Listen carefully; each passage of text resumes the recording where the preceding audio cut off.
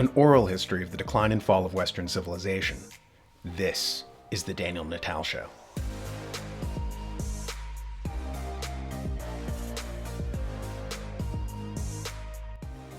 Due to COVID lockdowns, Amazon.com, like most online retailers, has been doing booming business as mom and pops go bust.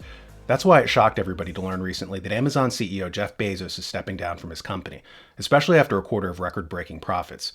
He'll be succeeded by Andy Jassy, who has been with the company since 1997 and who ran AWS, the Amazon Web Services. It was Jassy, by the way, who was behind deplatforming Parler. Bezos will still be with the company as executive chair. He said, "As exec chair, I will stay engaged in important Amazon initiatives, but also have the time and energy I need to focus on the Day One Fund, the Bezos Earth Fund, Blue Origin, the Washington Post, and my other passions. I've never had more energy, and this isn't about retiring. I'm super passionate about the impact I think these organizations can have." Aside from the philanthropies like the Day One Fund or the Bezos Earth Fund, the pet project that jumps out is Blue Origin. This is Bezos' version of SpaceX. He plans on developing rockets that can both launch and land and be reused. This will give him a huge leg up in the satellite race that's currently developing.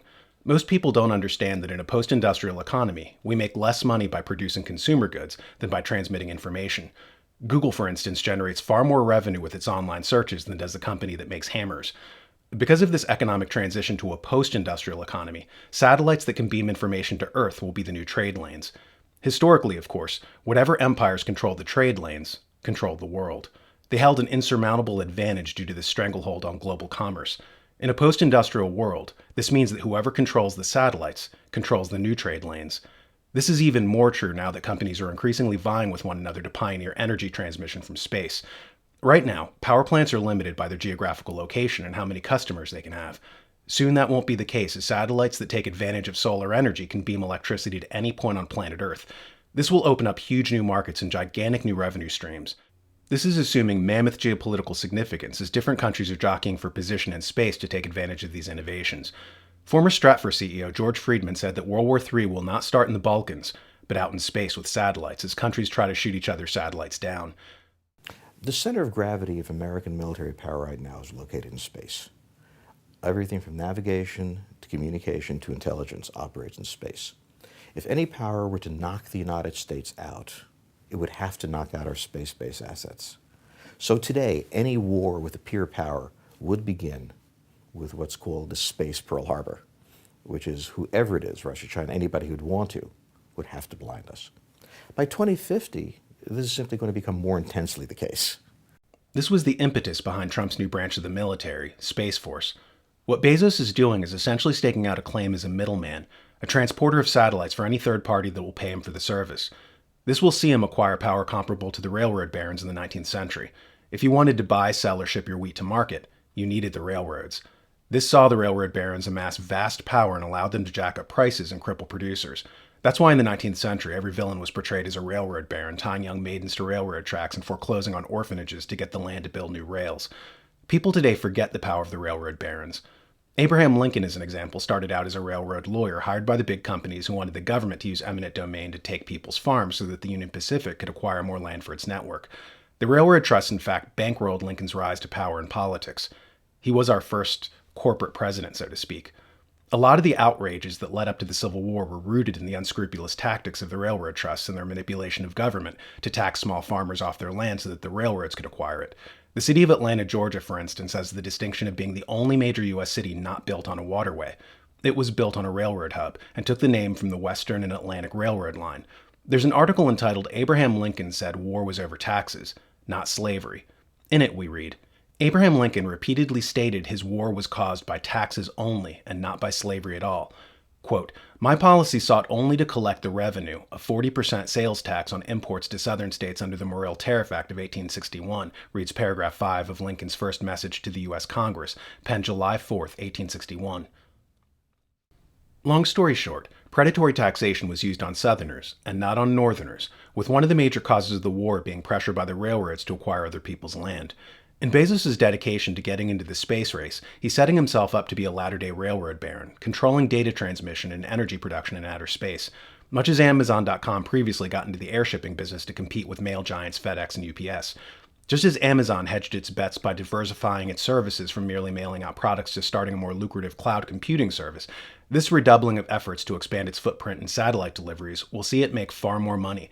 After all, when Amazon delivers a book to you, or a toaster, their margins are incredibly thin. They barely make any money at all. What really generates their income is information transmission, either through their cloud service or, as they hope, through lucrative new contracts with governments to deliver spy satellites. You can see the article entitled Amazon's Razor-Thin Margins, Poor Performance or Business Strategy. In it, we read, "We would naturally conclude that the firm's effectiveness in executing its business model should be measured by its financial performance, namely margins. Based on this, we would conclude that Amazon, with its razor-thin margins, 0.3% last quarter, the lowest among its peers, has been doing a poor job, however. Amazon says that this is in fact a strategic decision. By ensuring it reports low margins, the firm believes it keeps competition at bay and instead focuses on investing its earnings into new avenues for growth. As you can see, Amazon sees its future not in serving retail consumers, but in attracting massive contracts by domestic and foreign state actors to get satellites into the new naval trade lanes in space. But harking back to what George Friedman warned about, geopolitical tensions may escalate as a result. As can be seen in this article, China's anti-satellite weaponry disturbing threat, U.S. official. In it, we read, China possesses a ground-based missile that can target satellites in low Earth orbit, the U.S. Defense Intelligence Agency said in a report released early this year. China tested such a missile in 2007, destroying one of its own defunct satellites. Any armed conflict in space would have dire implications amid the proliferation of low-cost commercial satellites. Quote, a war extending to space is not just a problem for militaries involved in the war. It's a problem for everyone, said Hill. If satellites start getting destroyed in space, that debris causes collateral damage for everyone. Let's concentrate on the sentence, any armed conflict in space would have dire implications amid the proliferation of low-cost commercial satellites. Jeff Bezos plans on doubling down on his efforts to help fast-track low-cost commercial satellites, which means that far more countries than now will have their own satellites in space, for spying, energy transmission, GPS, telecommunications, and so forth. Because of the jostling for power that this will cause and the sabotaging of rival satellites, it's not unforeseeable to imagine power outages all across the continental U.S. as EMP devices take out critical satellites and cripple a nation plunged into darkness. This, of course, does not concern Jeff Bezos, nor the countries whose payloads he will be carrying out into space as a sort of cyber mercenary. Bezos is a member in good standing of a sort of internationalist billionaire class who have no particular loyalty to any country and whose actions are driven by profit and not by patriotism. But he should take heed. In weaponizing space, we risk drawing one step closer to DEFCON 1. People fear any political leader who has his finger on the red button. What political leaders fear is people having their finger on the red button, the subscribe button. Push it and see their narratives explode.